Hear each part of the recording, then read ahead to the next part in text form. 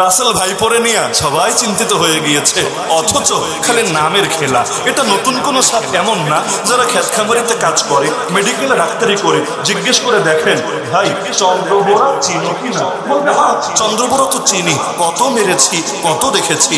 বিষাক্ত, তাতে কি? এগুলো আগ থেকে আছে। আর সাপ আগ বেড়ে কেউ কামড় দেয় না।